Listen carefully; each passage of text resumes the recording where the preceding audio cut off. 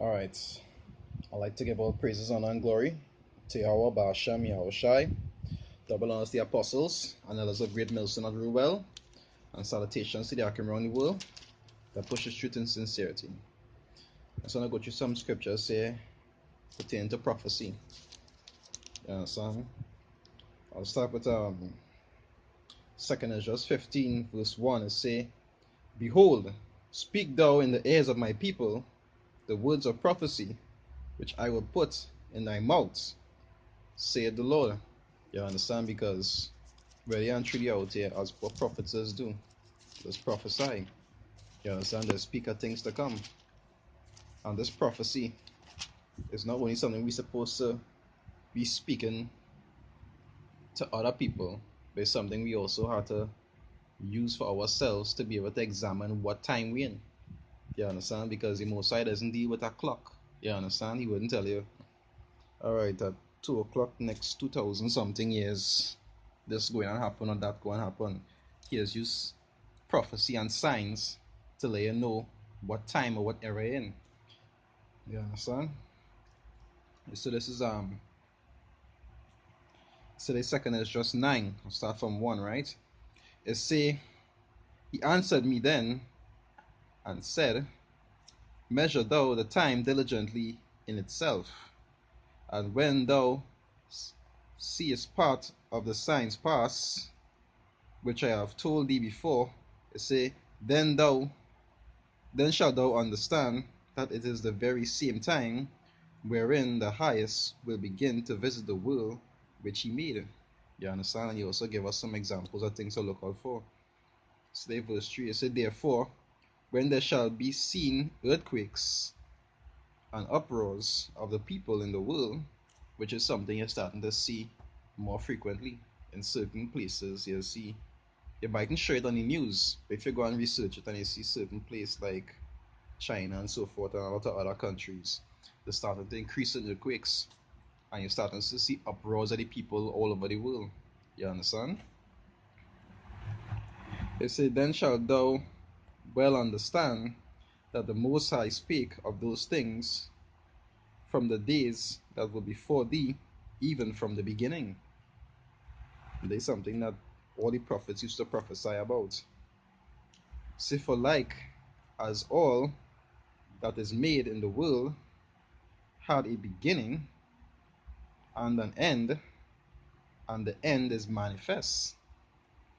Say, even so, the time also of the highest have plain beginnings, and wonders and powerful works, and endings in effects and signs.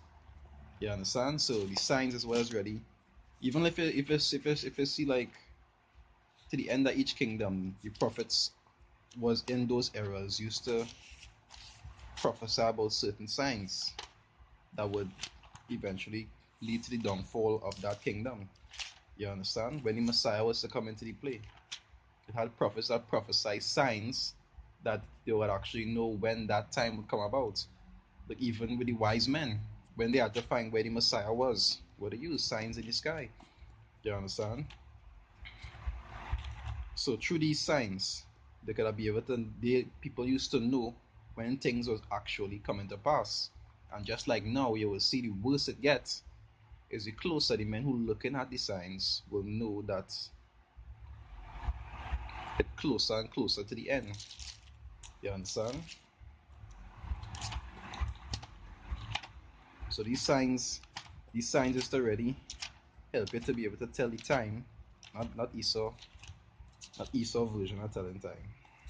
You have to tell the times where it is really happening. And you have a lot of prophecies going on right now that being like that making an example of that. So there's Matthew 24.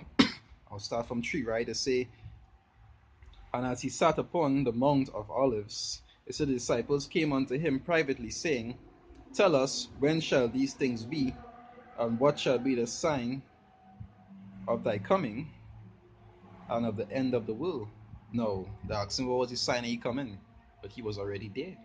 So they knew that he was going to come back, and they knew that at some point in time the world was going on flip, and it would be back in Israel's possession. It said, Yahushua answered and said unto them, it said, take heed that no man deceive you. It said, for many shall come in my name, saying, I am Mashiach, and shall deceive many. Which is, you will see a lot of camps outside there right now.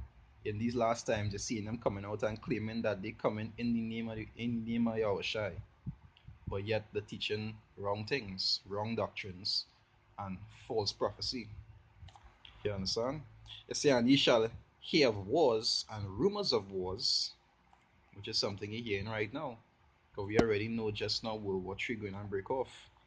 It say, see that ye be not troubled, for all these things must come to pass, but the end is not yet. You understand? It say, for nation shall rise against nation, and kingdom against kingdom, which is what you're waiting patiently on. And there shall be famine and pestilences and earthquakes in diverse places. So you see, I talk about the earthquakes here again.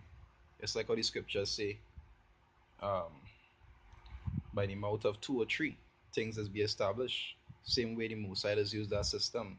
You will have two or three prophets say the same exact thing. You understand? But just in different ways. So you say that there will be wars, rumors of wars, there are earthquakes, and have famine and pestilence. You've seen a lot of new pestilence around the world today, and have a lot of famine starting to take hold of a lot of places. You understand? Certain places getting so bad that they had to try to make food because they can't grow it in time. That's how different it getting. Let's see. Verse 8 it say, all these are the beginning of sorrows. Because really and truly, having to go through these things is patience by itself, and it's something that the Most High will only help the elect and the wanted to get through. But the rest of the world, as the scriptures say, they're going and wail. They can't take it. Because a man by himself can't be able to endure that, and the Most High would not be with them to help them endure it. Because when he was reaching out to them, they didn't have time. You understand? So, as for the men who actually had the understanding, is to measure the times, to be able to see, hey, we don't have long here again. We really don't have long. And it are two major prophecies that we're waiting for patiently. And the worse those prophecies get, we will know we soon out of here. You understand? One is Mark of the Beast mandatory, and the next one is World War III. You understand? In this Matthew 24, I want to read verse 10 also. It say, and then shall many be offended, and shall betray one another, and shall hate one another. You understand? And they might even have certain brethren that might happen too, because they mightn't have built the spirit enough while watching the signs and knowing that it coming close to that time. They mightn't have built the spirit enough to be able to endure, withstand that. You understand? So when the time comes that they actually had to go through probably a little more unease than what they used to, they go start to falter. You understand? That children, they might start to get weak-hearted because the spirit wasn't, as I say, it had no root in them. You understand? Until they become offended for the word. But all now it's time to really get your mind organized to be able to endure these prophecies that had to come. Because we don't know. There's not time to fall off. How I suppose scriptures say, I don't watch and pray. So the spirit is willing, but the flesh is weak. Right? Some serious prophecies still to come. So there's Revelations 11 verse 14. It says the second woe is past, and behold, the third woe cometh quickly. That's our next prophecy waiting patiently for. Because we know when missiles start to fly, we soon out of here. We soon out of here. You understand? So the Most High didn't know, only give us prophecy to warn the people, but for you yourself to measure the time and know, hey, time soon come. We not like any time at Jeremiah and them when when none of these things wasn't happening, it didn't have no technology, so it didn't have no mark of the beast. We actually going to see these things play out now, and we had to measure that time that we have and try to get ourselves in order, so that when it does come, the Most High Spirit could be with us to be able to endure what we had to endure. Because just like prophecy, just like the prophecy where it say that we are, that things about the mark of the beast, he calls it all. Prophecy also say that they would cast us into prison. You understand? That is something also had to be fulfilled. See, there's this one also. It say the Matthew 24:9. It say, then shall they deliver you up to be afflicted, and shall kill you, and ye shall be hated of all nations for my name's sake. They also talk about that in the Revelations 2, I think it is, when I say devil will cast you into prison. Say be faithful unto death. So if you've been watching for that prophecy coming up and ready to prepare yourself for what might happen to you, you're going to end up falling. You understand? Because you wasn't ready observe any times. You wasn't getting your mind and your spirit right for when that time come to be able to endure. You understand? So all this was edificational, you know. I'd like to give all praises and glory to Yahweh Ba'ashem Yahushai, double honors the apostles and elders of Great Millstone and Rubel, and salutations to the Akim around the world that pushes truth with sincerity. The Yaraba from the Trinidad East Camp saying Shalom.